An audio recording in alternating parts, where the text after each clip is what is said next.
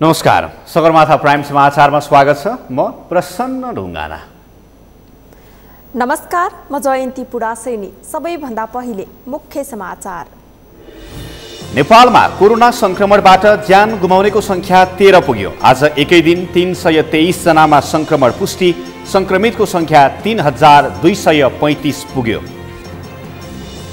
सरकारको खर्च गर्ने क्षमता र इमानदारिता नरहेको भन्दै सांसदहरूले गरे खर्च कटौतीको प्रस्ताव। सन्तुलित र विकेन्द्रित बजेट ल्याउन नसकेको आरोप। लकडाउन लम्बिँदा समस्या बढ्दै। सुदूरपश्चिम प्रदेशमा गम्भीर बिरामी 14 जनाको मात्रै उपचार गर्न सकिने, मृत्युपछि मात्र कोरोना पुष्टि हुँदा थप समस्या। विश्वमा कोरोना भाइरस संक्रमणबाट ज्यान गुमाउनेको संख्या 3,98,700 नाघ्यो। 68,76,000 बढी संक्रमित। र जर्मन बुन्डेसलिगा फुटबलमा आज 5 खेल हुँदै। पहिलो खेलमा लिग लिडर बायर्न र बायर लेभरकुसेन बीच प्रतिस्पर्धा हुने।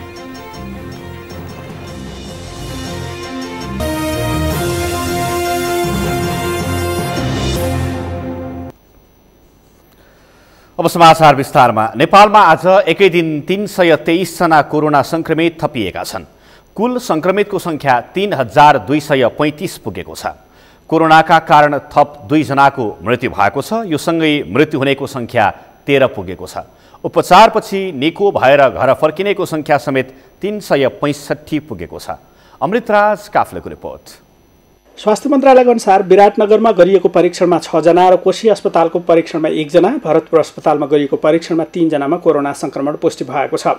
त्यस्तै भेरी अस्पतालमा 40 जना, पोखरामा गरिएको परीक्षणमा कास्कीका 3 जना, स्याङ्जाका 10 जना र बागलुङका 1 जना गरी 14 जनामा कोरोना संक्रमण पुष्टि भएको छ। मन्त्रालयका अनुसार धरानमा गरिएको परीक्षणमा सुनसरीका 1 जना, सप्तरीका 7 जना सहित 8 जनामा कोरोना पुष्टि भएको छ। त्यस्तै सेती अस्पतालमा गरिएको परीक्षणमा बझाङ, कञ्चनपुरमा रहेका काठमाडौँका 2 जना, अछामका 1 जना, कैलाली धनगढीका 2 जना र डडेलधुराका 1 जना गरी 13 जनामा कोरोना संक्रमण पुष्टि भएको छ। त्यस्तै जुम्लामा गरिएको परीक्षणमा दैलेखका 43 जना, डोल्पाका 1 जना गरी 44 जनामा संक्रमण थपिएको छ। मन्त्रालयका अनुसार सुर्खेतमा गरिएको परीक्षणमा सुर्खेत, जाजरकोट, सल्यानका 38 जना गरी कुल 57 जना संक्रमित थपिएका छन्। बुटवलमा गरिएको परीक्षणमा अर्घाखाँचीका 1 जना, कपिलवस्तुका 11 जना, नवलपरासी र रूपन्देहीका गरी 17 जनामा कोरोना संक्रमण देखिएको छ। स्वास्थ्य मन्त्रालयले दिएको जानकारी अनुसार काठमाडौँको टेकुमा गरिएको परीक्षणमा भक्तपुरका 1 जना, धनुषाका 8 जना, कपिलवस्तुका 39 जना, काठमाडौँका 4 जना, महोत्तरीका 35 जना र सर्लाहीका गरी कुल 120 जनामा कोरोना पुष्टि भएको छ। नयाँ संक्रमितको कुल संख्या आजको पछिल्लो अपडेटमा 323 जना, उहाँहरूमध्ये 286 जना पुरुष र 37 जना महिला। जम्मा देशभरका संक्रमितहरूको कुल संख्या 3235 पुगेको छ। पुरुषहरू 3003 जना र महिलाहरू 232 जना हुनुहुन्छ। स्वास्थ्य मन्त्रालयका अनुसार 1,68,000 बढी क्वारेन्टाइनमा रहेका छन् भने 2,557 जना उपचाररत छन्। अहिलेसम्म 92,477 वटा PCR विधिबाट र 1,37,435 वटा RDT विधिबाट परीक्षण भएको छ। नेपालमा थप 2 जना कोरोना संक्रमितको मृत्यु भएको छ। डोल्पामा गत जेठ 21 गते रातिको 2 बजेतिर 1 जना व्यक्ति 58 वर्षीय पुरुष जो जगदुल्ला डोल्पाका हुनुहुन्छ, उहाँको 16 गते सुर्खेतबाट जानुभएको, 18 गते डोल्पा पुगेर क्वारेन्टाइनमा रहनुभएको थियो र 21 गते राति 2 बजे यानि कि बिहानको 2 बजे सबेरै मृत्यु भएको छ। उहाँ दमको रोगी भनेर हामीलाई जानकारी प्राप्त भएको छ। कर्णाली स्वास्थ्य विज्ञान प्रतिष्ठानमा भएको टेस्टमा पोजिटिभ आएको हो र कर्णाली स्वास्थ्य विज्ञान प्रतिष्ठानबाटै त्यहाँ चाहिँ कन्ट्याक्ट ट्रेसिङको लागि र अन्य सहजीकरणको लागि विशेष टोली जाँदैछ। हामीलाई कर्णालीबाट यो खबर प्राप्त भएको छ। त्यसैगरी सेतीमा प्रयोगशालामा गरेको परीक्षणमा 55 वर्षीय महिला जो धनगढी 4 की हुनुहुन्छ, उहाँ डायलाइसिस गर्नुहुन्थ्यो, किडनीको बिरामी, मृगौला रोगबाट ग्रसित हुनुहुन्थ्यो।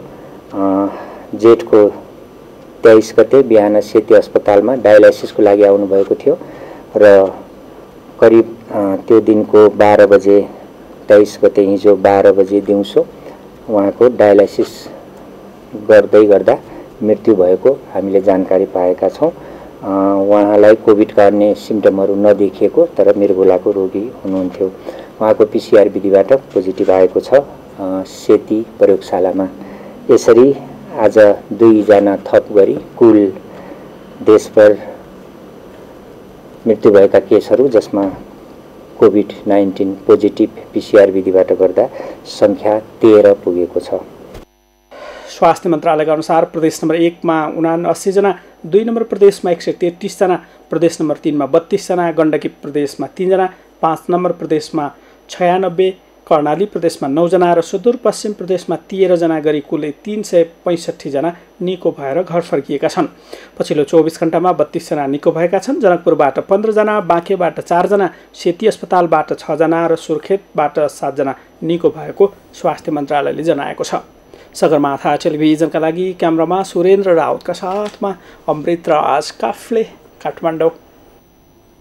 आदरणीय दर्शकवृन्द, आज एकै दिन 323 जनामा कोरोना संक्रमण देखिएको छ। यो हिसाबले पनि कोरोना संक्रमितहरूको संख्या र मृत्यु हुनेहरूको संख्या बढ्दै गइरहेको छ।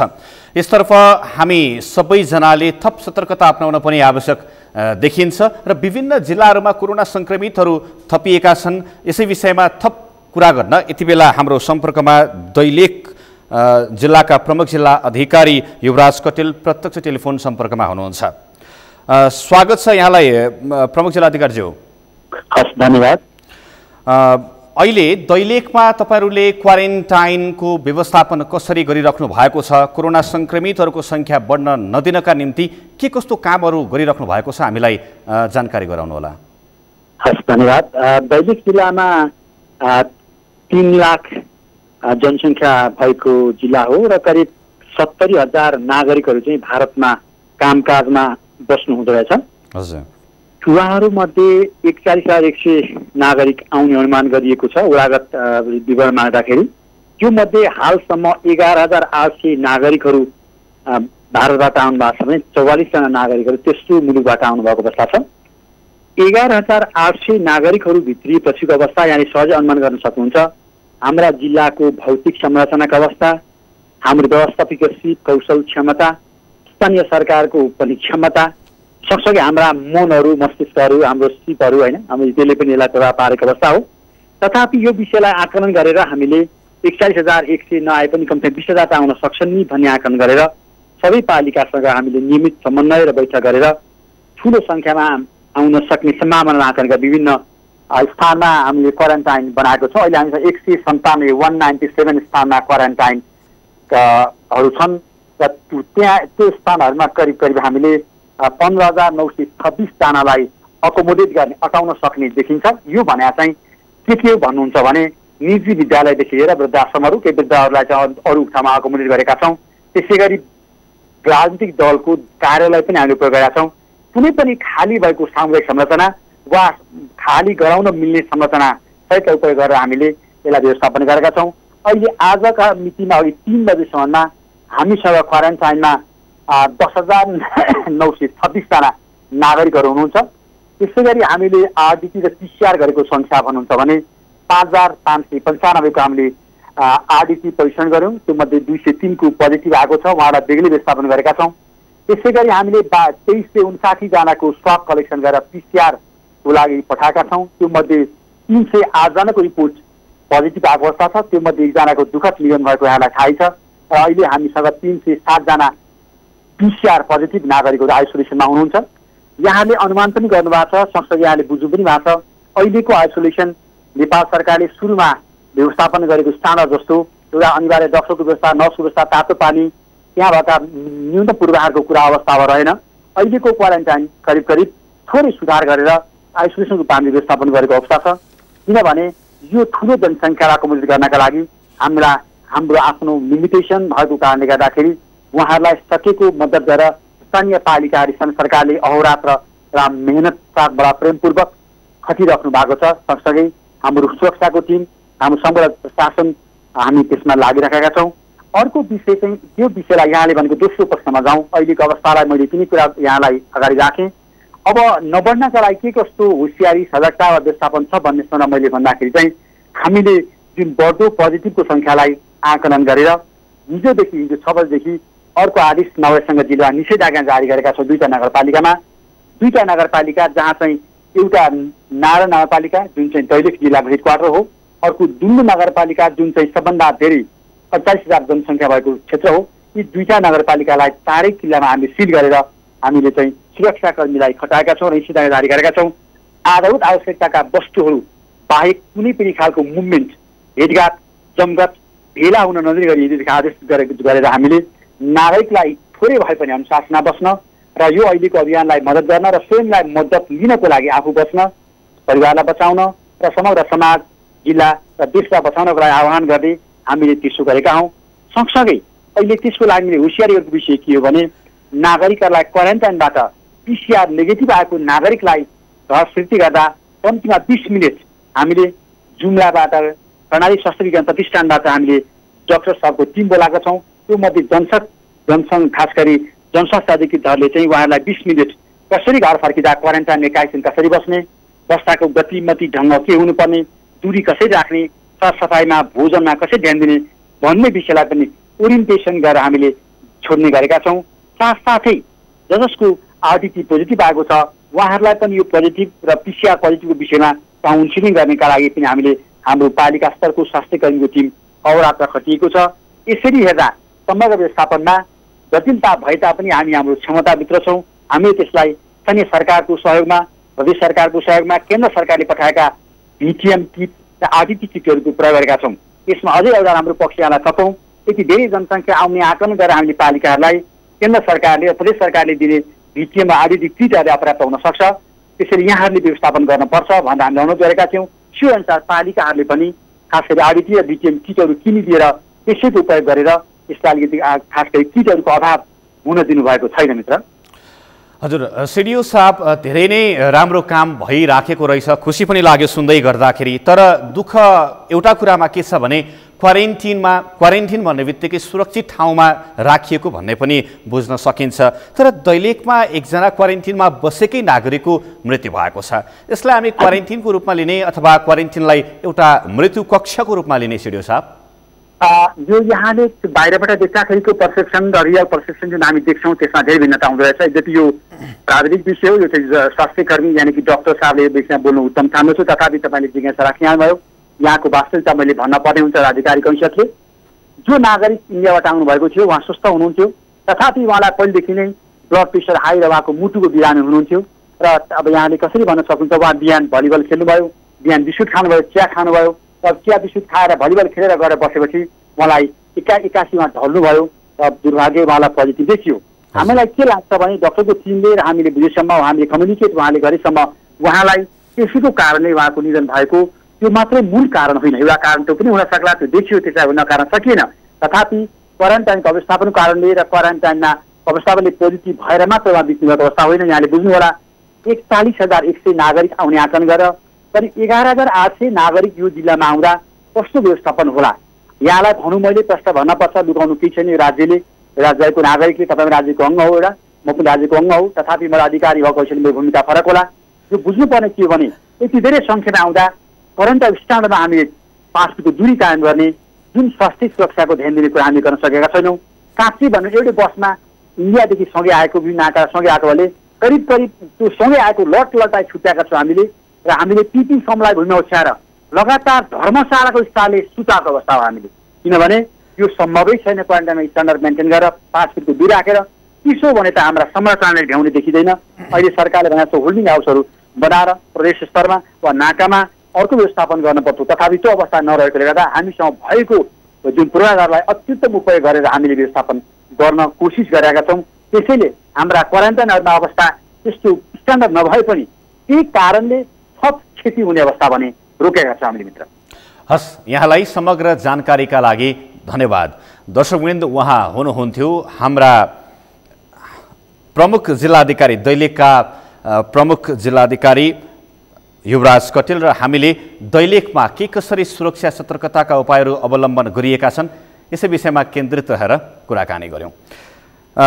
दर्शकवृन्द, नेपालमा कोरोना संक्रमणबाटै ज्यान गुमाउनेको संख्या 13 पुगेको छ। दिन प्रतिदिन अहिले कोरोना संक्रमणकै कारण मृत्यु हुनेहरूको संख्या बढिराखेको छ र सरकारले पनि विभिन्न देशहरूमा रहेका नागरिकहरूलाई उद्धार गर्ने काम पनि जारी राखेको छ र यसरी भारत लगायत तेस्रो मुलुकबाट हाम्रा नेपाली दाजुभाइ तथा दिदीबहिनीहरू नेपाल भित्रदै गर्दा संक्रमणको जोखिम पनि उत्तिकै बढिरहेको छ र अझै सतर्कता बढाउन पर्ने देखिन्छ। हामी विभिन्न जिल्लाका प्रमुखहरूसँग कुराकानी गर्ने प्रयासलाई जोडिरहेका छौँ र यति बेला लाग्दैछौँ हामी डोल्पातर्फ। डोल्पाका सहायक प्रमुख जिल्ला अधिकारी लक्ष्मीदेवी शर्मासँग यति बेला हामी कुरा गर्दैछौँ। स्वागत छ यहाँलाई लक्ष्मी। हजुर, के छ डोल्पामा चाहिँ अवस्था के छ? डोल्पामा पनि एकजनाको कोरोना भाइरसकै कारणले गर्दाखेरि मृत्यु भएको छ र उहाँको सबको व्यवस्थापन के कसरी गरियो र समग्रमा क्वारेन्टिनहरूको अवस्था जिल्लामा के कस्तो छ, समग्र जानकारी गराउनुहोला। उहाँ चाहिँ खासमा दीर्घ रोगी हुनुहुन्थ्यो होइन, दमको रोगी हुनुहुन्थ्यो। हजुर, उहाँको मृत्यु चाहिँ 20 गते नै भएको हो। त्यही भएर हामीले त्यो मृत्युपछि स्वाब कलेक्सन गरेर बल्ल आज रिपोर्ट आयो उहाँको। हजुर, हामीले त्यही भएर उहाँको सामान्य अवस्थामा नै उहाँको दाह संस्कार भयो। हाम्रो डोल्पामा अहिलेसम्म पोजिटिभहरू नभेटिएको भएर र अहिले उहाँ चाहिँ त्यो सुर्खेतबाट 16 गते मात्रै जिल्ला आउनुभएको, जगदुल्ला गाउँपालिकाको हुनुहुन्छ उहाँ। हजुर, अनि 20 गते चाहिँ उहाँलाई पहिला क्वारेन्टाइनमा राखिएको थियो अनि उहाँको अवस्था भएर उहाँ होम आइसोलेसनमै बस्नुभएको थियो। हजुर, अनि उहाँको मृत्यु भएपछि हामीले स्वाब कलेक्सन गरेर कर्णाली स्वास्थ्य विज्ञान प्रतिष्ठान जुम्ला पठाएको थियौँ। हजुर, अनि आज चाहिँ बल्ल 10 बजीतिर हाम्रो रिपोर्ट आयो। उहाँको चाहिँ दाह संस्कार चाहिँ पहिल्यै भइसकेको छ, 20 गते पनि भइसकेको छ। हजुर, त्यहाँ क्वारेन्टिनको अवस्था के कस्तो छ? भारत लगायत तेस्रो मुलुकहरूबाट आउने नागरिकहरूको संख्या के छ, यहाँलाई के जानकारी छ? अहिले कस्तो छ भने जुन खास कर्णाली प्रदेशले यो डोल्पा, हुम्ला र मुगुबाट इन्डियाबाट आउनेहरूलाई हामीले कर्णाली प्रदेश सुर्खेतमै राख्छौँ भनेर उहाँहरूले उहीँ राखिदिनु भएको छ। अहिलेसम्म हामीसँग जम्मा 5 जना चाहिँ इन्डियाबाट आउनुभएको व्यक्तिहरू हुनुहुन्छ। उहाँहरू चाहिँ खदाङको क्वारेन्टाइनमा हुनुहुन्छ। खदाङ भनेको हाम्रो जिल्ला प्रवेश गर्ने नाका हो होइन। हामीले चाहिँ त्यहाँ क्वारेन्टाइनको व्यवस्था गरेर त्यहीँ उहाँहरूलाई चाहिँ क्वारेन्टाइनमा राखेका छौँ। 5 जना चाहिँ हुनुहुन्छ अहिले बाहिरबाट आउनेहरू। हो, डोल्पामा पनि अरू केही जिल्लाहरूमा जस्तै क्वारेन्टिनमै बसेको एकजना व्यक्तिको मृत्यु भएको छ। खास गरी त्यो क्वारेन्टिनमा रहँदाखेरि त्यहाँको अवस्था नै त्यस्तो हो कि त्यहाँ चाहिँ चाहिँदाखेरि सुरक्षा अथवा भनौँ चिकित्सकहरूको राम्रो व्यवस्था हुन नसकेको हो कि तपाईँहरूले तयार पार्नु भएको क्वारेन्टिनको अवस्था नै त्यस्तो हो? होइन, हामीसँग अहिलेसम्म 50वटा क्वारेन्टाइनको व्यवस्था गरेका छौँ अहिले होइन। हजुर, हामीसँग बेड सङ्ख्या अहिले 1117 छ। अहिले हामीले चाहिँ धेरै जस्तो चाहिँ प्रत्येक वडाको स्कुलहरूमा क्वारेन्टाइन बनाएका छौँ, जुनमा स्थानीय निकायहरूसँग समन्वय भइरहेको छ। धेरै जस्तो व्यवस्थापनहरू स्थानीय निकायले नै गरेको छ। हामी चाहिँ बाहिरबाट सुरक्षा अनि अन्य सपोर्टहरू हामीले गर्छौँ होइन। हजुर, अहिलेसम्म हाम्रो जिल्लामा चाहिँ 50वटा क्वारेन्टाइनमा बेड सङ्ख्या छ। अहिलेसम्म हामीलाई आज चाहिँ 323 जना हामीसँग अहिले क्वारेन्टाइनमा हुनुहुन्छ। 194 जना पुरुष र 129 जना महिला चाहिँ क्वारेन्टाइन हुनुहुन्छ आजको दिनसम्म। हामीले चाहिँ यो जुन केन्द्र सरकारले अथवा प्रदेश सरकारले पठाएको आरडिटी किट बाहेक सम्बन्धित स्थानीय पालिकाहरूले पनि आरडिटी किटहरू किनेर ल्याएर अनि जुन क्वारेन्टाइनमा बसेको व्यक्तिहरूलाई 14 दिनको दिन आरडिटी गर्छौँ हामीले होइन। सबैलाई अनिवार्य नै छ अहिलेसम्मलाई आरडिटी किट टेस्ट गरेर अनि पठाउने गरेको छ। हो, 323 जना क्वारेन्टिनमा रहेका छन् भनेर यहाँले हामीलाई जानकारी दिइसक्नु भएको छ। विभिन्न जिल्लाहरूमा अब कतिजना आउँदैछन् विभिन्न देशहरूबाट भनेर सामान्य आकलन गर्न थालेका छन्। तपाईँहरूले पनि त्यस्तो केही आकलन गरेर आफ्नो सुरक्षालाई, आफ्नो सतर्कतालाई केही फराकिलो बनाउनु भएको छ कि छैन? हामीले चाहिँ अब जुन बाहिर जिल्लाबाट आउनेहरूलाई चाहिँ जुन खदाङ नै छ नि, खदाङको भनेको त्रिपुरा सुन्दरी नगरपालिकाको उसमा पर्छ। त्यही जिल्लामा खदाङमै राख्ने, यहाँभन्दा बाहिर जिल्लामा त्यहाँबाट क्वारेन्टाइनमा राखेर त्यहाँबाट टेस्ट गरेर मात्रै जिल्ला प्रवेश गर्ने दिने भनेर हामीले त्यस्तो नीति बनाएको छौँ। तर अब इन्डिया अथवा जिल्लाबाट आएको चाहिँ यहाँ अब गाह्रो हुन्छ भनेर कर्णाली प्रदेश सरकारले निर्णय गरेको छ कि कर्णाली प्रदेशको जुम्ला, डोल्पा, मुगु र हुम्लाको चाहिँ क्वारेन्टाइन बाहिरबाट आएको चाहिँ सुर्खेतमै क्वारेन्टाइनमा राखिदिने भनेर। त्यही भएर हामी चाहिँ बाहिरबाट आएको व्यक्तिहरू 5 जना बाहेक अरू हुनुहुन्न। हो, तर के पनि सुन्नमा आइराखेको छ, अहिले सामाजिक सञ्जालहरूमा के पनि आइराखेको छ भने डोल्पामा क्वारेन्टिनको अवस्था राम्रो छैन, त्यहाँ जति हुनपर्ने हो त्योभन्दा धेरै सङ्ख्यामा मानिसहरू राखिएको छ, एउटै रुममा धेरैजना राखिएको छ भनेर पनि गुनासोहरू आइराखेका छन्। के भन्नुहुन्छ यो विषयमा? अहिलेसम्म त्यस्तो छैन। हामीले अहिलेसम्मलाई चाहिँ छेक्न सक्ने स्थितिमा जुन क्वारेन्टाइनको मापदण्ड छ नि त्यो अनुसारकै बेडमा राखेका छौँ र जिल्लामा नि अहिले हामी 3 ठाउँमा क्वारेन्टाइन बनाएको छौँ। एउटा सरस्वती माध्यमिक विद्यालय, त्यो चाहिँ अलिक ठुलो छ होइन, त्यो ठुलीबेरी नगरपालिका वार्ड नम्बर 3 मै पर्यो, जुन सदरमुकाममै। अर्को चाहिँ यो शिक्षा समन्वय इकाइको नयाँ बनेको बिल्डिङ उहाँहरू चाहिँ अफिस सरिसक्नु भएको छैन, त्यहाँ राखेका छौँ। र सम्बन्धित गाउँपालिकाले आफूले पनि उहीँ हामी जुन जिल्लामा जानुहुन्छ उहीँ लानुहुन्छ, उहाँहरूले आफ्नो समन्वय गरेर। धेरै जस्तो त्यस्तो क्वारेन्टाइनको अवस्था चाहिँ हामीसँग अहिलेसम्म ठिकै छ। सबभन्दा समस्या के हुन्छ भने यहाँ चाहिँ हामीलाई पैसा भए पनि सामान किन्ने ठाउँ छैन होइन, अब गाडी पुगेको छैन, गरेको छैन, अनि बेडहरू चाहिँ अहिलेसम्मलाई चाहिँ हामीले म्यानेज गरिरहेछौँ। तपाईँहरूले राम्रोसँग व्यवस्थापन गर्न नसक्नु भएकै कारणले गर्दा हो त्यहाँको गाडीहरूलाई दोष दिनु भएको? होइन, गाडीहरू होइन, यस्तो छ नि तपाईँहरू भन्ने हामीले जिल्लामा 10 बेडसम्म नि खरिद गर्छु भन्दा नि हामी चाहिँ यहाँ पाउन सक्ने अवस्था छैन नि। यहाँको के अरे ध्वनिको अवस्था पहिलाको जुन जे आएको थियो त्योभन्दा बढी सामान आउन सकेको छैन होइन। अनि हामीले खाट पनि जुन खाटहरू सबै पनि हामीले प्रत्येक सरकारी अफिस अनि सबै स्थानीयहरूसँगै मागेर सबै खाटहरूको व्यवस्था हामी क्वारेन्टाइनमा सबै गरेका छौँ। यहाँ अलिकति चिसो छ नि त। भोलिको दिनमा वात्तै कोरोना सङ्क्रमितहरूको सङ्ख्या बढ्यो भने डोल्पाले त्यो मानिसहरूलाई थेग्न सक्दैन भनेपछि? होइन, अहिलेसम्म त हामी नियन्त्रणमै छौँ, त्यो संस्थाको तयारी गरिरहेको छौँ। आइसोलेसन बेडहरू पनि हामीले तयार गरेर राखिरहेछौँ होइन। र अब अहिले यो आरडिटी किट भन्दा नि हामी अब सम्बन्धित पालिका र भिटिएम गरेर पिसिआरको लागि जाने भन्ने तयारी गरिरहेछौँ। हस्, यहाँलाई जानकारीका लागि धन्यवाद। उहाँ हुनुहुन्थ्यो सहायक प्रमुख जिल्ला अधिकारी डोल्पाबाट हामीसँग कुरा गर्दै हुनुहुन्थ्यो लक्ष्मी देवी शर्मा। र डोल्पाको बारेमा पनि हामीले केही जानकारी प्राप्त गरिसकेका छौँ र त्यहाँ पनि समस्या नै छ, ढुवानीका लागि समस्या छ, आफूसँग पैसा भएर पनि किन्न सक्ने ठाउँ छैन भनेर हामीलाई जानकारी गराउनु भएको छ। जसमा यो विभिन्न ठाउँहरूमा यस्तै खालको समस्याहरू छ, यो कुनै एउटा ठाउँको मात्रै होइन, विभिन्न ठाउँहरूमा यो खालको समस्याहरू निरन्तर आइराखेको छ। जसरी अहिले कोरोना सङ्क्रमितहरूको सङ्ख्या उत्तिकै बढिरहेको छ र त्यसरी नै जिल्लामा पनि चाप बढिरहेको छ, समस्या थपिरहेको छ। कोरोना सङ्क्रमितहरू थपिएसँगै त्रास पनि विभिन्न जिल्लाहरूमा फैलिरहेको छ र कैलालीको धनगढीमा पनि आज 2 जना भेटिएका छन्, बाँकेमा पनि 12 जनामा सङ्क्रमण पुष्टि भएको छ। यसै विषयमा हामी विभिन्न जिल्लाका हाम्रा संवाददाताहरूसँग पनि कुराकानी गर्ने प्रयासलाई जोड्दैछौँ। यति बेला हामी गण्डकी प्रदेश अर्थात् कास्कीका हाम्रा संवाददाता तुलसीराम पौडेलसँग कुराकानी गर्ने प्रयासलाई अगाडि बढाउँदैछौँ। तुलसीराम सुवेदी यति बेला प्रत्यक्ष टेलिफोन सम्पर्कमा हुनुहुन्छ। तुलसीरामजी, गण्डकी प्रदेशमा मात्रै 17 जना कोरोना सङ्क्रमितहरू थपिएका रहेछन्। खास गरी उनीहरू कहाँबाट आएका नागरिकहरू हुन्, हामीलाई समग्र जानकारी गराउनुहोला। धन्यवाद। समग्रमा भारतबाटै आएका नागरिकहरू छन् जो अहिले क्वारेन्टाइनमा ल्याएर राखिएको छ र विशेष गरी जति पनि यहाँ चाहिँ यो क्वारेन्टाइनमा राखिएको र सङ्क्रमित देखिएको छ सबै भारतबाटै आएको छ। अहिलेको उसमा चाहिँ केही समय अगाडि आफ्ना बासिन्दाहरूलाई नेपाल सरकारले भारतबाट आफ्ना स्थानमा ल्याउने क्रम अनुसार नै अहिले चाहिँ पोखरा कास्कीका विभिन्न गाविसहरू अथवा नगरपालिकामा पनि लिएर आएको थियो। त्यसै गरी ल्याएका तिनै व्यक्तिहरूलाई चाहिँ अहिले परीक्षणको क्रममा चाहिँ अहिले कोरोनाको देखिएको हुनाले अहिले चाहिँ तिनीलाई आइसोलेसनमा, कोहीलाई आइसोलेसनमा राखिएको छ, कतिलाई चाहिँ क्वारेन्टाइनमा राखिएर चाहिँ उपचार गरिरहेको अवस्था छ पुष्णजी। हो, कास्कीमा अहिलेसम्म कतिजना कोरोना सङ्क्रमितहरू भेटिएका छन्, कतिवटा क्वारेन्टिन स्थलहरू छन् र आइसोलेसनमा कतिजना रहेका छन्, हामीलाई त्यो पनि जानकारी गराउनुहोला। अहिले कास्कीमा अहिले चाहिँ 3 जना नयाँ बिरामी देखिएको छ, जसमध्ये पोखरा 27 मा एउटा पुरुष, 1 जना पुरुष हुनुहुन्छ। अनि हंसपुर रूपकोट गाउँपालिकाको हंसपुरका 2 जना चाहिँ 23 र 32 वर्षका चाहिँ पुरुषहरू पनि हुनुहुन्छ।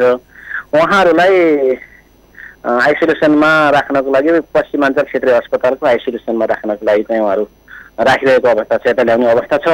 र यसभन्दा अगाडि यो आइसोलेसनमा स्याङ्जाकी एउटा महिलालाई राखिएको थियो, उहाँलाई चाहिँ स्याङ्जा जिल्ला अस्पतालमै फेरि गरिएको छ।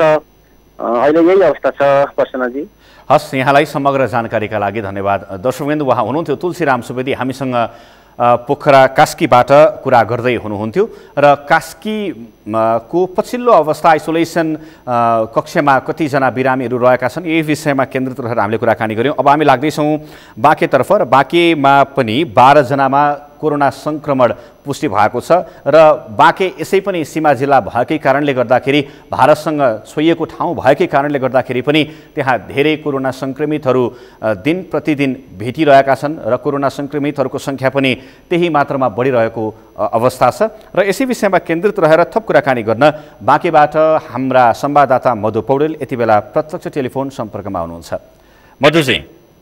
हजुर प्रसन्नजी। आज मात्रै 12 जनामा कोरोना संक्रमण पुष्टि भएको छ। यो सँगै कति पुगे बाँकेमा कोरोना संक्रमितहरू र अहिले सुरक्षा सतर्कता के कसरी बढाइएको छ, के जानकारी छ यहाँलाई?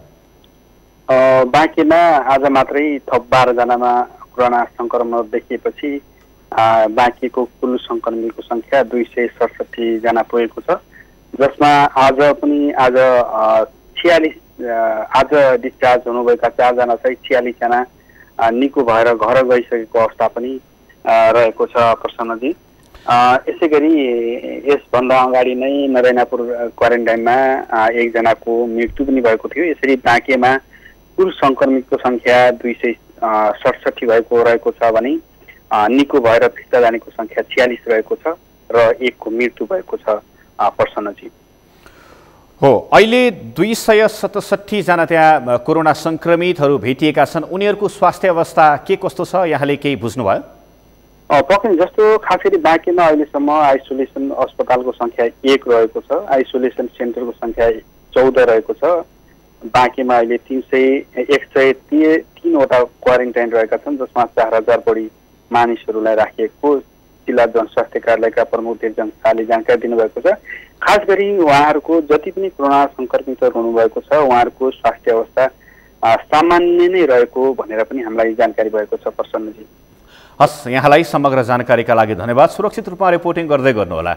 आदरणीय दर्शकवृन्द, आज हामीले विभिन्न जिल्लाका प्रमुखहरूसँग र विभिन्न जिल्लामा रहेका हाम्रा संवाददाताहरूसँग त्यहाँ कोरोना संक्रमितहरूको अवस्था के कस्तो छ र सुरक्षा सतर्कताका उपायहरू के कसरी अवलम्बन गरिएका छन् भन्ने विषयमा केन्द्रित रहेर कुराकानी गऱ्यौँ। हामी सगरमाथा प्राइम समाचारमा छौँ। अब बाँकी समाचार। सांसदहरूले आगामी आर्थिक वर्षको बजेटमा सरकारको खर्च गर्ने क्षमता र इमान्दारिता नरहेको भन्दै खर्च कटौतीको प्रस्ताव गरेका छन्। संघीय संसद प्रतिनिधि सभामा शनिबार विनियोजन विधेयकमाथिको छलफलमा सांसदहरूले विभिन्न मन्त्रालयको खर्च कटौतीको प्रस्ताव गरेका हुन्। सांसद दुर्गा पौडेलले देशको विकासका लागि सन्तुलित र विकेन्द्रित बजेट आउन नसकेको बताउनुभयो। उहाँले सरकारमा पहुँच हुने र मन्त्रीको आफ्नो जिल्लामा मात्रै बजेट लगिएको आरोप लगाउनुभयो। देशको सर्वाङ्गीण विकासको लागि सन्तुलित र विकेन्द्रित रूपले बजेट विनियोजन हुनुपर्ने, तर त्यो नभई पहुँच र मन्त्रीहरू भएको जिल्लामा सानोभन्दा सानो र ठुलोभन्दा ठुलो योजनाहरू खप्टिएर गएको छ। तदनुरूप गरिएको बजेट विनियोजन नै असन्तुलित प्रकारको बजेट विनियोजन भएको छ। उहाँले कोभिड-19 को नियन्त्रणको सम्पूर्ण आर्थिक जिम्मेवारी केन्द्रले लिएर स्थानीय तहलाई व्यवस्थापन गर्न नसकेको र राहत कोषमा प्राप्त बजेट विनियोजन आवश्यकताको तुलनामा नभएको बताउनुभयो। सांसद डाक्टर मेनेन्द्र रिजालले सरकारले राजस्व उठाउन सक्ने क्षमता गुमाएको बताउनुभयो। पुँजीगत खर्च गर्न सक्ने क्षमता र योजना नभएको र सरकारको इमान्दारिता समेत नदेखिएको उहाँले बताउनुभयो। ल्याउँ, संकल्प प्रस्ताव पारित गरौँ, दृढ अठोटका साथ पूरक अनुमान पछि रहनुपर्छ भने मान्नु भएन अर्थमन्त्री। कोरोनाको संक्रमणबाट फस्दै गएको अर्थतन्त्रलाई जोगाउन सरकारले कुनै योजना नल्याएको उहाँले दाबी गर्नुभयो। सांसद प्रेम सुवालले मन्त्री र प्रशासकहरूमा समाजवाद उन्मुख विचार नरहेको भन्ने बजेट मार्फत स्पष्ट देखिएको बताउनुभयो। उहाँले स्मार्ट सिटीको नाममा काठमाडौँ उपत्यकाको संस्कृति मास्ने गरी कार्यक्रम ल्याइएको बताउनुभयो। सांसद प्रदीप यादवले प्रदेश नम्बर 2 लाई कम बजेट विनियोजन गरिएको आरोप लगाउनु भएको छ। उहाँले प्रदेश नम्बर 2 लाई छुट्याइएको रकम समानीकरण अनुदानमा 2 अर्ब थप गर्न पर्ने, समपूरक अनुदानमा 1 अर्ब 50 करोड थप गर्न पर्ने बताउनुभयो। शनिबारको छलफलमा बहादुर सिंह लामा, रामबाबु यादव, पार्वती डीसी चौधरी, राजन केसी, मीनबहादुर विश्वकर्मा, पद्मनारायण चौधरी लगायतका सांसदहरूले खर्च कटौतीको प्रस्ताव गर्नुभएको छ। सगरमाथा प्राइम समाचारमा अब एकैछिन विश्रामपछि। कोरोना संक्रमणका बिरामीका लागि सुदूरपश्चिम प्रदेशमा पूर्वाधार र उपकरणको अभाव हुन सक्ने, प्रदेशभर आइसियु बेड 14 वटा मात्रै। लकडाउन बढ्दै जाँदा सर्वसाधारण समस्यामा क्वारेन्टिन व्यवस्थित नहुँदा थप समस्या।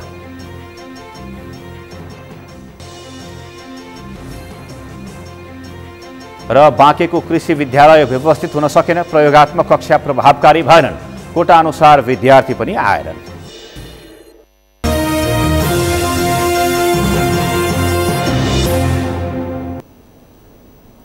विश्रामपछि सगरमाथा प्राइम समाचारमा पुनः स्वागत छ। अब बाँकी समाचार।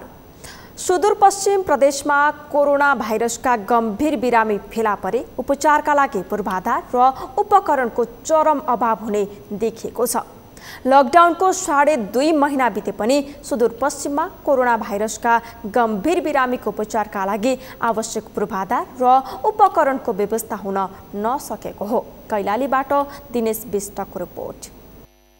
प्रदेश स्वास्थ्य निर्देशनालय डोटीले सार्वजनिक गरेको तथ्याङ्क अनुसार सुदूरपश्चिममा 10 बेडको आइसियु र 8वटा भेन्टिलेटर मात्रै उपलब्ध छ। सेती अस्पतालमा 10 बेडको आइसियु र महाकालीमा 4 बेड गरी 14 बेडको आइसियु रहेको स्वास्थ्य निर्देशनालयले जनाएको छ। यो तथ्याङ्कले सुदूरपश्चिम प्रदेशमा बढीमा कोरोना भाइरसका 14 जना गम्भीर बिरामीको मात्रै उपचार सम्भव रहेको स्पष्ट पारेको छ। लकडाउनपछि सुदूरपश्चिम प्रदेशको सेती प्रादेशिक अस्पतालमा 2वटा भेन्टिलेटर सहित 5 बेडको आइसियु थप गरिएको छ भने कञ्चनपुरमा वर्षौं पहिले खरिद गरिएको 4 बेडको आइसियु तयारी अवस्थामा राखिएको छ। प्रदेशमा कोरोना संक्रमणको दर बढिरहेका बेला गम्भीर बिरामीको उपचारमा भने समस्या निम्तिने सेती प्रादेशिक अस्पतालका कोभिड-19 विभाग प्रमुख शेरबहादुर कमरले बताएका छन्। 14 जना भन्दा बढी गम्भीर बिरामी आए बाहिर पठाउनु पर्ने बाध्यता रहेको उनले बताए। भोलि कस्तो हुन्छ भनेर चाहिँ आकलन चाहिँ कसैले नि गर्न सक्दैन र सकिराखेको पनि छैन हैन। अब क्षमता जुन आधारभूत क्षमता जुन हाम्रो इन्फ्रास्ट्रक्चर हो अनि जनशक्ति हो अनि भएको उपलब्ध उपकरणहरू हो, यी उपकरण जनशक्ति र भएको यो साधन स्रोतले चाहिँ केसहरू अब यो सुदूरपश्चिममा चाहिँ अब यो अलि सिरियस केसहरू कम्प्लिकेटेड केसहरू चाहिँ कम्तीमा पनि 15-20 जना भन्दा मात्रै बढी कट्यो भने पनि हामीले व्यवस्थापन गर्न चाहिँ एकदम गाह्रो छ। यता सुदूरपश्चिम प्रदेशका सामाजिक विकास मन्त्रालयका स्वास्थ्य महाशाखा प्रमुख नरेन्द्र कार्कीले भने थप भेन्टिलेटर खरिदको प्रक्रिया अगाडि बढेको बताएका छन्। जिल्ला अस्पतालहरूका लागि 20 वटा भेन्टिलेटर खरिद गर्ने निर्णय भएको कार्कीले बताए। सो निर्णयअनुसार भेन्टिलेटर खरिदको प्रक्रिया अगाडि बढेको उनले बताएका छन्।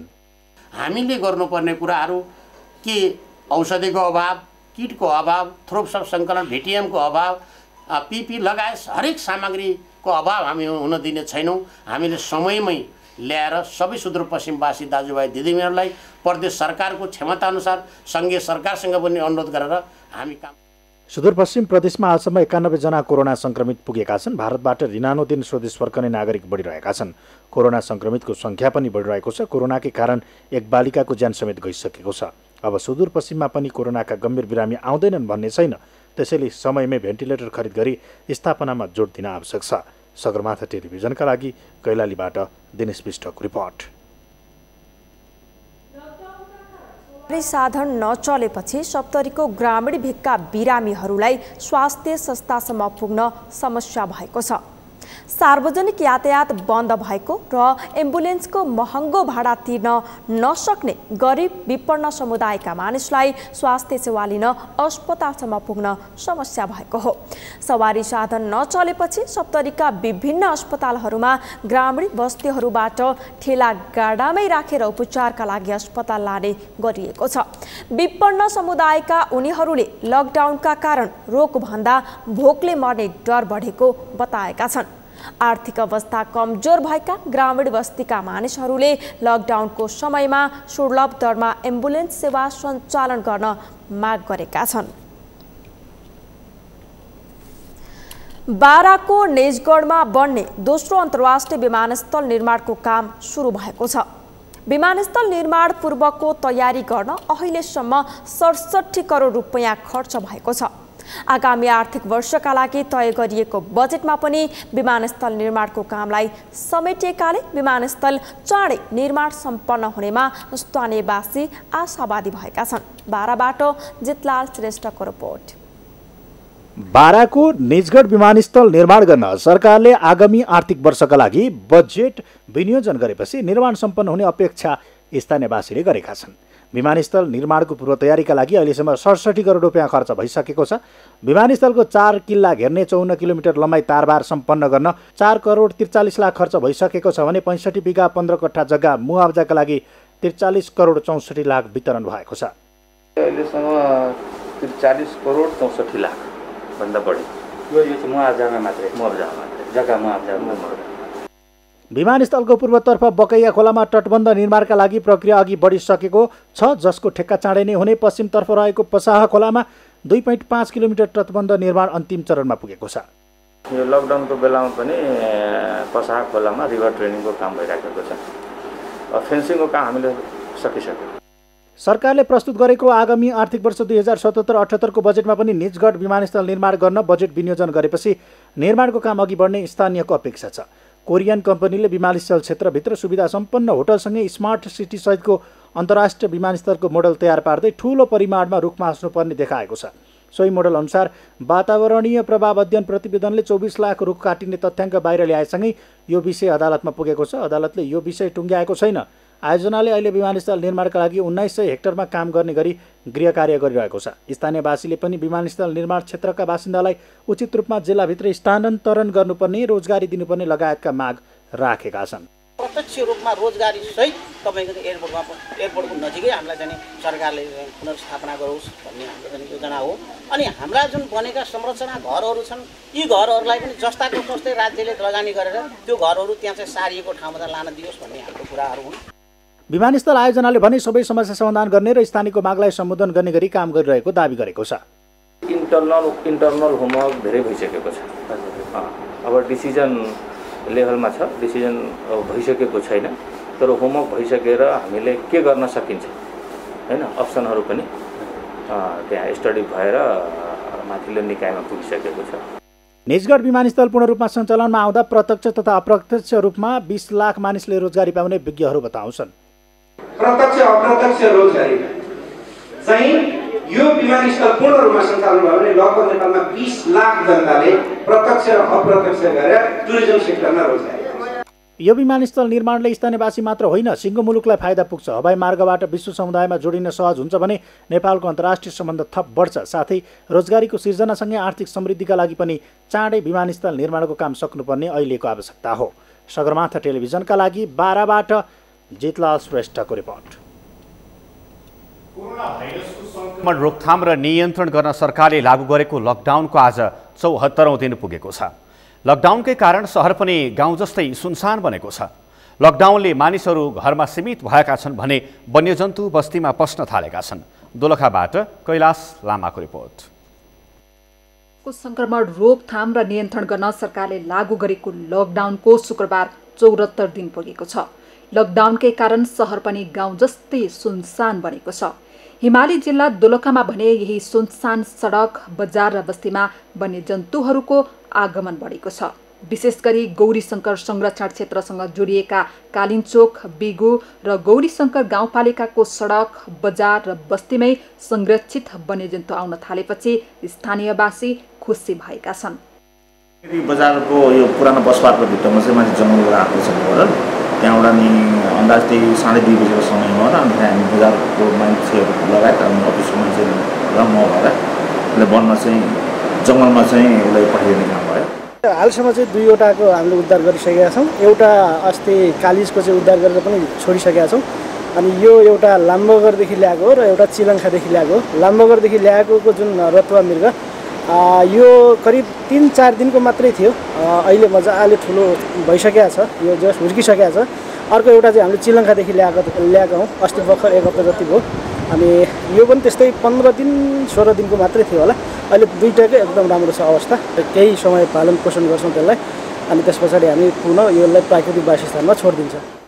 लामो समयको लकडाउनले वातावरणको स्वच्छता, मानिस तथा यातायातका साधनको चहल पहलमा कमी जस्ता कारणले अहिले दुर्लभ तथा संरक्षित वन्यजन्तुहरू बस्ती नजिक देखिन थालेका छन्। 4000 मिटरको उचाइसम्म पाइने डाँफे समेत लकडाउनको अवधिमा तल तल बस्तीतिर झर्न थालेका छन्। रतुवा मृग, घोरल, रेड पाण्डा लगायतका दुर्लभ वन्यजन्तु पनि लकडाउनको समयमा मानव चहल पहल घटेको र वातावरण स्वच्छ भएको मौका छुपेर बस्तीतिर झर्ने गरेका छन्। स्वाभाविक रूपमा अहिले वन्यजन्तुहरू गाउँ बस्ती र सहरमा बस्न थालेका छन्।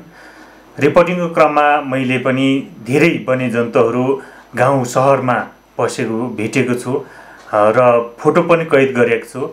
शान्त वातावरण भइसकेपछि वन्यजन्तुहरू बढी मात्रामा गाउँ पस्न थालेको हुन् कि जस्तो लाग्छ। जैविक विविधताले नै वातावरण नै सन्तुलन राख्ने भएको हुनाले यसको संरक्षण गर्न आवश्यक छ। सबैतिर शान्ति छाएको र जङ्गली जनावरहरू निर्धक्क बस्तीतिर आउन थालेपछि गौरीशङ्कर संरक्षण क्षेत्र अहिले उद्धारमा लागेका छन्। लकडाउनमा मानिसको चहल पहल र सवारी साधनको आवाज कम भएसँगै जङ्गली जनावरहरूको गतिविधि समेत बढेको छ।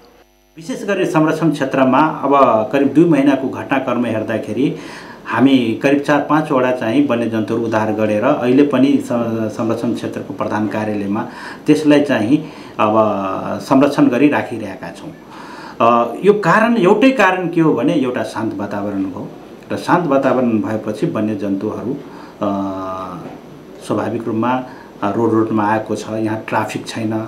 त्यसपछि मान्छेहरूमा चेतना पनि भयो कि वन्यजन्तुलाई कुनै किसिमको डिस्टर्बेन्स गर्नु हुँदैन। यी सब कारणले गर्दाखेरि वन्यजन्तु नजिक आएको छ।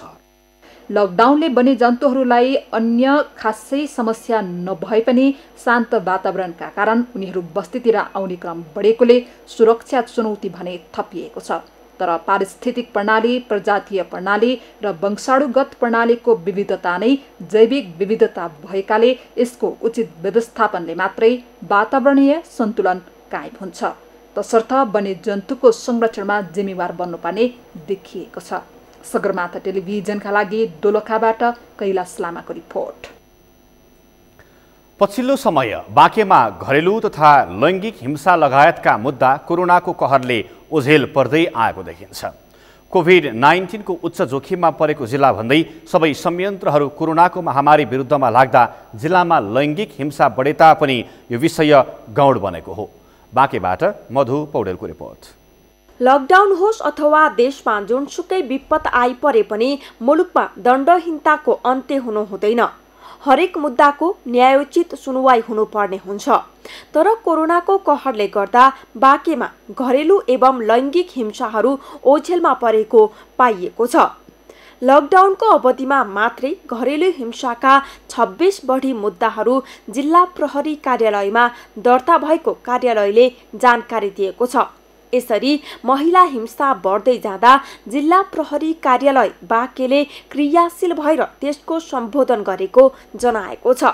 त्यस्तो उल्लेखनीय अवस्थामा अथवा म्याक्सिमम चाहिँ सङ्ख्यामा चाहिँ घरेलु हिंसा बढेको त होइन, तर पनि घरेलु हिंसाका केही कुराहरू देखेका छन्।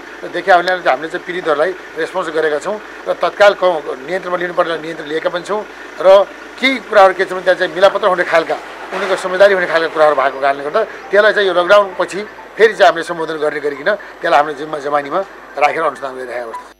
पीडकलाई समाउन कोरोनाको कारणले अप्ठ्यारो भएको अवस्थामा कुनै पनि सेल्टर होमले पीडितलाई राख्न नमानेको अवस्थामा स्थानीय सरोकार निकायले विशेष संयन्त्र बनाएर जानुपर्ने अधिकार कर्मीहरू बताउँछन्। अति संवेदनशील भएर कार्य गर्न जरुरी छ। यसको लागि विशेष प्रकारको उसको संरक्षणको लागि विशेष प्रकारको लैङ्गिक मैत्री, हिंसा पीडित मैत्री संरचनाहरूको निर्माण गर्न आवश्यक छ। र त्यसै गरी हामीसँग भएका सेल्टर होमहरू छन्, त्यो सेल्टर होमहरूलाई पनि कसरी लैङ्गिक मैत्री बनाउन सकिन्छ र बढीभन्दा बढी सेवा प्रदान गर्न सकिन्छ भन्ने विषयमा सरकार अलि चनाखो भएर र संवेदनशीलताका लागि लाग्न चाहिँ जरुरी देखिएको छ। सेल्टर होमहरूले पनि कोरोनाले गर्दा पहिला जस्तो सिधै कसैलाई पनि राख्न नसकेकाले कोरोना भए नभएको भन्ने कुराको चेक जाँच गरी प्रमाणित गरी पठाएमा आफूहरूलाई कुनै गाह्रो नहुने बताएका छन्। हामीले त उहाँहरूलाई ल्याइदिँदाखेरि ल्याइदिनुहुन्छ भनेपछि एकचोटि जाँच गराएर त्यो जाँच गराएको छैन, रोग छैन भन्ने कुराको हामीलाई एउटा प्रमाण दिएर राखिदिनु भए हुन्छ भनेर हामीले भनेको छौँ। कोभिड-19 को बहानामा घरेलु हिंसा बढ्दा न्यायिक निकायमा जाने अवस्था पनि छैन। सूचना दिने नागरिकलाई पनि उत्तिकै जोखिम रहेको नेपालगञ्ज उपमहानगरपालिकाको दाबी छ। घरमा श्रीमान श्रीमती बीचको जुन खालको द्वन्द्वहरू छ हो त्यस्तो केसहरू चाहिँ एकदमै बढी आएको छ। त्यो बाहेक पनि अन्य समाजबाट नै अलिकति हिंसा भएको भन्ने केसहरू पनि आएको छ। जसले हामीलाई सूचना दियो उमाथि नै फेरि चाहिँ अलिकति थ्रेटको स्थिति समाजबाट उसलाई चाहिँ तैँले किन यस्तो सूचना दिइस् होइन, तर अब हामी यहाँ बस्न दिनौँ भने उसको ज्यानकै सुरक्षाको विषयहरूमा हामीका निवेदन पनि परेको छ।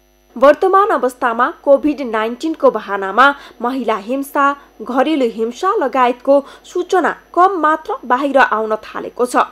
संक्रमणको डरले पीडितले झन धेरै पीडा पाउने अवस्था भए नभएको अध्ययन गरी यस्तो समस्या हल गर्न बेग्लै संयन्त्र बनाउन जरुरी छ। सगरमाथा टेलिभिजनका लागि बाँकेबाट मधु पौडेलको रिपोर्ट। फेरि एकैछिन विश्रामपछि विश्वमा कोरोना भाइरस संक्रमणबाट ज्यान गुमाउनेको संख्या 3,98,700 नाग्यो। 68,76,000 बढी संक्रमित। र जर्मन बुन्डेसलिगा फुटबलमा आज 5 खेल हुँदै पहिलो खेलमा लेग लिडर बायर्न र बायर लेभरकुसेन बीच प्रतिस्पर्धा हुने।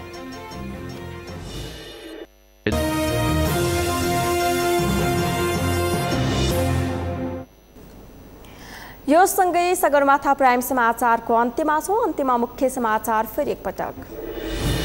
नेपालमा कोरोना संक्रमणबाट ज्यान गुमाउनेको संख्या 13 पुग्यो। आज एकै दिन 323 जनामा संक्रमण पुष्टि।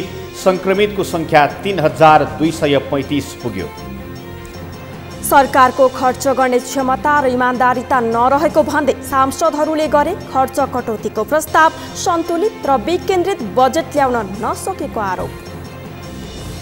लकडाउन लम्बिँदा समस्या पनि बढ्दै। सुदूरपश्चिम प्रदेशमा गम्भीर बिरामी 14 जनाको मात्रै उपचार गर्न सकिने। मृत्युपछि मात्रै कोरोना पुष्टि हुँदा थप समस्या।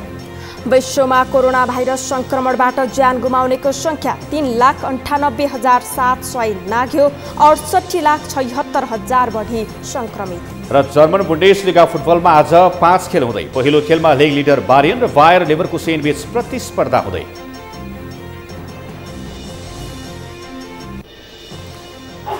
हौस् त सगरमाथा प्राइम समाचार अहिलेलाई सकियो। तपाईँ समाचार बुलेटिनका साथै सगरमाथा टेलिभिजनका सम्पूर्ण कार्यक्रम www.sagarmatha.tv मा पनि पढ्न र हेर्न सक्नुहुनेछ। साथै युट्युबमा youtube.com/sagarmatha TV नेपालमा हेर्न सक्नुहुनेछ। मोबाइलमा प्ले स्टोर तथा एप स्टोरमा गई सगरमाथा टिभी एप डाउनलोड गरी हामीलाई प्रत्यक्ष हेर्न सक्नुहुनेछ। साथै तपाईँ हामीलाई फेसबुकमा पनि facebook.com/stv नेपालमा फलो गर्न सक्नुहुनेछ। समाचारको शिखर, नेपालको गौरव, नेपालको पहिलो न्युज च्यानल सगरमाथा टेलिभिजन हेर्दै गर्नुहोला। नमस्कार।